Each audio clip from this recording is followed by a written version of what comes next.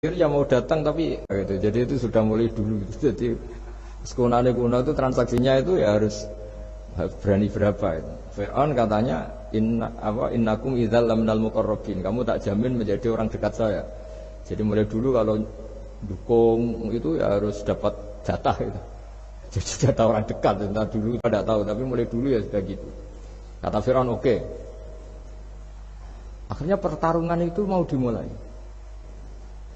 Lah uniknya ketika mau dimulai itu Saharoh ini ahli sihir yang bawaan Fir'aun tadi, sewaan tadi, bayaran. Itu di luar dugaan malah sopan sama Nabi Musa. Ditonton orang banyak padahal. Ditonton orang banyak karena Fir'aun tuh ingin Nabi Musa itu kalah. Musa kalau dia manggil. Tapi di luar dugaan itu para ahli sihir itu entah saking haibahnya, wibawanya Nabi Musa itu jenengan dulu apa saya dulu?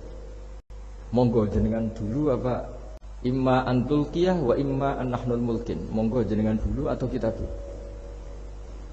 Jadi harusnya secara teori tarung itu semakin menteror atau ada gebrakan yang mengagetkan ini kan lebih mudah mengalahkan Musa. Tapi enggak, malah Musa ditanya imma antulkiyah wa imma an-nahnul mulkin. Monggo jenengan dulu atau kita dulu. Nabi Musa juga membalas yang sopan. Tidak, kalian dulu saja. Nah itu kata para ahli tafsir. Barokahnya akhlak yang dilakukan Saharatu Fir'aun ini al-qawwah al-iman. Allah saat itu juga memberi iman. Jadi barokahnya sopan sama Nabi Musa. Jadi barokah akhlak paling fenomenal dalam dunia tafsir adalah ketika Saharatu Fir'aun mendapat berkahnya adab sampai iman. Sehingga kalau dalam khazanah-khazanah Islam, amal yang paling mudah diterima Allah itu diantaranya satu itu akhlak, dua sedekah. Dalam cerita-cerita kitab yang saya pelajari, sedekah juga gitu. Ada orang itu saking bejatnya, dia kaya raya. Itu saking bejatnya itu cara berpikir itu menurut dia ya rasional, tapi ngawur sekali. Dia punya putri cantik gitu. Ya tentu dia yang ngerawat. Terus dia ngenangan itu wong anakku ayu dirabi wong liya. Ya walhasil itu dia punya rencana menikahi anaknya sendiri. Itu kan sebejat-bejatnya orang. Dan dia cara berpikir itu begitu. Orang Majusi tidak beragama. Tapi ketika dia banyak ulama yang bilang namanya orang ini Bahram. Tapi siapapun namanya itu cerita ini populer di literasi, di khazanah-khazanah atau di referensi kita Pas malam pertama mau menggauli putrinya, ada janda sepuh itu notok pintunya ya, supaya dikasih sedekah. Itu anehnya dia itu tergerak untuk memberi. Ketika mau memberi, si janda ini berubah pikiran. Wong saya ini muslimah kok minta orang kafir. Tidak jadi minta, tapi lari. Ketika dikejar lari. Lihat anak-anaknya itu menangis, Mas Andri. Kembali lagi minta. Setelah mau dikasih, lari lagi sampai 3 kali. Singkat cerita si Bahram ini lalu tetap ke rumahnya dan ternyata mendengar anak-anak menangis karena kelaparan. Gerak hatinya, ya dia tergerak hatinya itu membawa cara Indonesia, membawa beras sendiri, membawa roti sendiri, semua keperluan itu dicukupin, dibawa sendiri, diantarkan.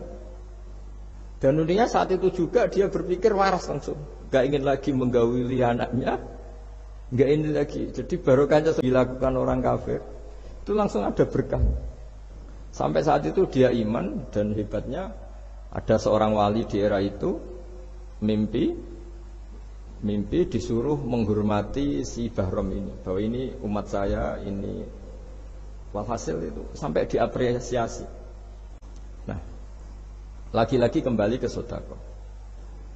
Jika ada orang netral, misalnya orang netral itu ya diajak baik ya mau, diajak buruk ya mau, belum punya berpendirian, juga belum punya karakter, belum punya status yang permanen, ya solehnya masih amatir, faseknya ya masih amatir. Kemudian terus ada kompetisi, alam raya ini ternyata yang tukang sedekah, yang mudah memberi itu yang fasek, yang ini pelit. Jangan-jangan kita disalahkan Allah ketika orang yang netral ini jadi orang fasik. Karena apa? Kenangannya dengan orang fasik mendapat mendapat keenaan sedekah atau servis, kenangannya sama orang soleh tidak, malah dikongkon terus jadi panitia pengajian kan kesel ya. Nah, kalau dibebani terus, sehingga di antara ciri agama ini qalilul maunah, agama ini harus berbiaya murah. Itu hal-hal yang harus kita perhatikan. Nah, kecuali ini sudah orang yang punya karakter, memang bawaannya ingin mendukung yang kanan, yang ahlul yamin, yang suka kebaikan. Ini kan kita bicara orang yang belum punya karakter. Kalau yang soleh kan karuan, dirayu yang ini sudah tidak mau, meskipun yang ini ngel-ngelo terus tetap nggak masalah yang kanan ini. Nah, ketika anak Mas Andri ini, Mas Dwi ini, karena yang ada jadi saya pakai contoh. Saya punya kenangan dalam hal ini itu sangat miris. Ada orang sepuh soleh, cerita anaknya itu sekarang kerja di Jakarta tidak sholat, padahal itu ya orang soleh, orang baik. Kenapa datang ke saya? Karena minta maaf, dulu pernah dengan tanda ketik pernah menyalahkan bapak saya, menyalahkan kiai-kiai yang lunak. Bapak saya dulu ya di dalam ada TV, ada sepeda motor, ya umumnya orang. Ternyata kasusnya itu sederhana Mas Andri. Anaknya kiai ini, orang soleh lah, itu karena sang rumah nggak ada TV, juga nggak ada motor, sehingga kenangan pertama lihat TV ya di servis orang yang nyuwun sewu tidak sholat. Kenangan pertama pakai motor ya dipinjemin orang yang nggak sholat, sehingga bawaannya dia punya utang jasa sama orang yang tidak baik lah gitu. Akhirnya ini nggak jadinya, meskipun soleh nggak jadi idola. Dan orang tuanya itu nggak punya TV supaya waktunya nggak habis untuk nonton TV, nggak punya motor biar tidak keluyuran. Niatnya baik, sangat baik. Tapi karena terus ini itu tadi, kembali ke tadi, al-insan abdul ihsan, manusia itu budaknya kebaikan. Kenang TV ya sama orang yang nggak bener ini. Kenangannya punya motor, pakai motor ya pakai. Akhirnya ikut merantau ini ke Jakarta. Singkat cerita terus akhirnya dia katut temannya yang nggak sholat. Nah, ini yang di sini, jika kamu mengelola agama ini secara tidak simpatik, lan faddu min khaliq, pasti orang itu bubar. Nah, singkat cerita terus karena dia mungkin orang sholat ya, tetap doanya didengar Allah. Dia nangis-nangis berdoa di depan Allah, terus minta maaf sama kiai-kiai yang pernah disalahkan, yang terlalu longgar sama anaknya. Karena bapak saya termasuk orang yang longgar. Mbah Mun saya tahu di dalamnya ya ada TV, ada motor, umumnya anaknya dikasih. Lala anaknya itu terus diparingi Allah tobat kembali. Terus dia menservis anaknya dengan umumnya orang. Jadi yang bahaya itu bukan tidak ada TV-nya, tapi kenangan pertama tahu TV ini. Bagi anak yang nggak pernah lihat TV itu kan diberi hak lihat TV itu spesial. Sama bagi anak yang sama sekali nggak ada motor itu kan dikasih pinjaman motor spesial. Jadi kesimpulan dari ngaji akhlak ini harus dikawal supaya mengawal kebaikan. Jangan sampai anak kita, keluarga kita punya utang jasa sama orang yang nggak benar, sehingga dia ngidolakannya orang yang nggak. Ya tadi misalnya kadang-kadang orang nggak benar itu ketemu temannya, yang ini kita sebagai orang tuanya mau ngopi saja tanya, jam segini kok ngopi? Apa saja salah. Jadi bawaannya di rumah disalahin, bawaannya di luar dibebasin. Akhirnya kenangannya kan ini buruk. Nah, ini hal-hal seperti ini yang kita harus hati-hatilah ngelola kebenaran. Makanya ada cerita di kitab Risalah Qusyariyah, juga diulang lagi di Ihya. Ada orang Majusi. Ya bayangkan dulu itu kan padang pasir, di jalan nggak ada air, juga nggak ada warung Mas Andri, juga nggak ada ATM. Jadi bayangkan dulu. Jadi cerita ini harus dibayangkan dulu. Kalau sekarang kan nggak kebayang ada orang kelaparan. Makanya dulu tuh hukumnya ekstrim. Siapa yang iman billah wal yaumil akhir harus memuliakan tamunya. Dulu itu ukuran memuliakan tamu itu nomor satu ya dikasih makan. Sehingga kalau ada tamu dari jauh, Nabi itu kalau nggak bisa ngasih makan dilelang. Siapa sahabatku yang bisa ngasih makan? Karena orang itu sekali bertamu ya memang kelaparan betul. Perjalanan 2 hari nggak ada warung, nggak bisa mampir ke kantor cabang minta fasilitas kan nggak bisa. Kalau pejabat kan bisa. Dari Jakarta mampir Semarang mampir Kragen bisa. Singkat cerita dilelang sama dia, siapa yang bisa. Masyhur kan cerita itu, ada orang yang sebetulnya miskin, saya ya Rasulullah, ternyata yang ikut makanan jatah apa? Anaknya, kan masyhur cerita itu. Sekata dia pulang, terus lampunya pura-pura dimatikan, terus anaknya disuruh menidurkan, terus dia pura-pura nemani makan, padahal hakikatnya yang makan itu hanya tamunya. Saat itu juga Allah menurunkan wahyu kepada Rasulullah SAW. Allah perilaku sahabat ini karena bisa ngasih makan tamu. Jadi dulu itu yang namanya tamu itu kalau nggak dihormati taruhannya nggak iman karena nasibnya sampai seperti ini karena dulu seperti itu. Nah kembali lagi ke cerita tadi. Makanan atau tamu atau apa saja lah. Itu servis sosial ini nomor satu. Kalau enggak, seorang lagi ya. Kalau enggak, itu ya orang terus enggak simpati. Nah, sehingga karena taruhannya seperti itu sampai Allah lewat binaan kana yu'minu billahi wal yaumil akhir falyukrim dhaifa. Singkat cerita suatu saat Nabi Ibrahim itu punya tamu. Orangnya Majusi. Majusi itu enggak mukmin. Majusi itu lebih buruk ketimbang Yahudi, lebih buruk ketimbang Nasrani karena ada ahli kitab sama sekali. Kalau di Quran kan dibedakan ada kafir ahli kitab yang masih percaya Tuhan, yaitu Yahudi. Nah sekali sudah tidak percaya Tuhan, itu Majusi, nggak punya kitab. Orang Majusi datang ke Nabi Ibrahim karena beliau terkenal Abu Duyuf, bapak dari segala tamu. Beliau itu nggak mau makan kecuali bareng tamu, bareng anak yatim, saking solehnya Nabi Ibrahim. Seorang lagi bayangkan dulu, memang makan itu biasa. Sekarang kan biasa karena tamu sudah makan dulu di warung, nginepnya di hotel. Malah kadang disuguhi udah mati makan karena nggak selera, ribet malah tamu sekarang. Malah komplain bila perut sudah ribet.